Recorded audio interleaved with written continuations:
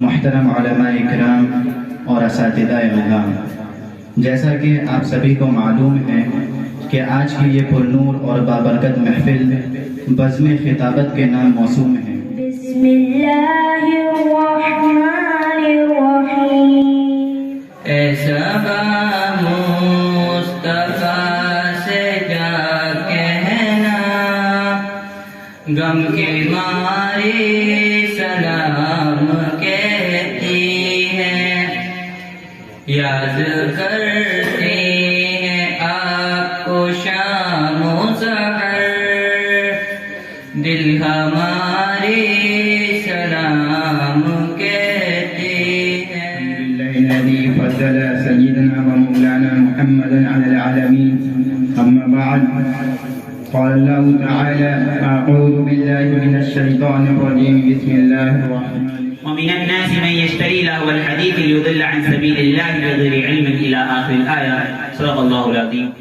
چمرستان علم و ادب کے مہکتے ہوئے پھولوں اور شمع رسالت کے پروانوں، ہر واعظ، ہر مقرر خطبہ مسنونہ کے بعد کسی نہ کسی آیت کریمہ یا کسی احادیث پاک کو اپنا عنوان سخن بنایا کرتا ہے۔ اسی ضابطے کے تحت میں نے بھی ابھی آپ کے سامنے قرآن کریم کی آیت مقدسہ کی تلاوت کی، جس کا آسان ترجمہ یہ ہے کہ کچھ لوگ ایسے ہیں جو کھیل کی چیزیں خریدتے ہیں تاکہ وہ انہیں گمراہ کر دیں، اور ان کے لیے ذلت کا عذاب ہے۔ محترم سامعین، قرآن نے واضح الفاظوں میں کہا ہے کچھ لوگ ایسے ہیں جو کھیل کی چیزیں خریدتے ہیں کہ وہ اللہ کی راہ سے بہکا دیں، ان کے لیے دردناک عذاب ہے۔ آج ہم اپنے معاشرے کا جائزہ لیں، اپنے گھر کے ماحول کو دیکھیں اور اپنی سوسائٹی کا جائزہ لیں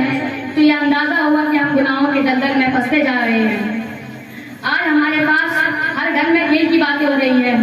آج ہمارے پاس نماز کے لیے وقت نہیں ہے لیکن کھیل دیکھنے کے لیے وقت ہے، ہمارے پاس مسجد جانے کے لیے وقت نہیں ہے لیکن کھیلنے کے لیے وقت ہے۔ کسی شاعر نے کیا خوب کہا ہے، دن لہب میں کھونا تجھے، صبح صبح تک سونا تجھے، شرم نبی خوف خدا یہ بھی نہیں وہ بھی نہیں۔ اس کے خدا خوایا کیا، فرمان حق کالا کیا،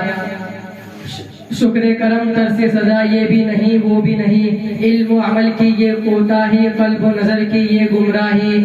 آج کا انسان توبہ توبہ کتنا ہے۔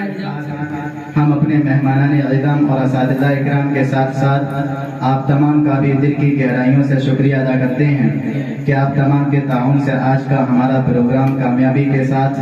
اپنی منزل کو پہنچا، اور اسی کے ساتھ پروگرام کے اختتام کا اعلان کیا جاتا ہے۔ سبحان